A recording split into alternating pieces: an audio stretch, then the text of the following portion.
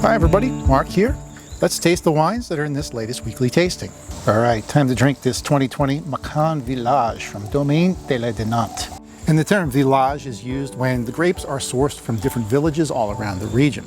Now, Macon Village tends to be the more affordable of the three wines that we have today, mostly because they're fermented in stainless steel and take less time to produce.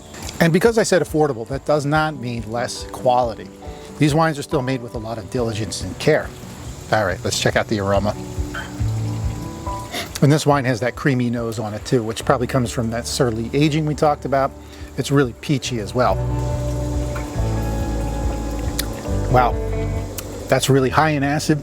It makes your lips tingle. It almost feels a bit bubbly at first because of that acid. It's also balanced out because it's got this weight, this viscosity. It's very rich. It's bursting with citrus peel. There's some peach, and there's an intense lemon meringue as well. This wine is a group effort between the villages of the Macon and a noble one, if that. I'm really impressed with the quality. Thanks for tasting with me today. Cheers.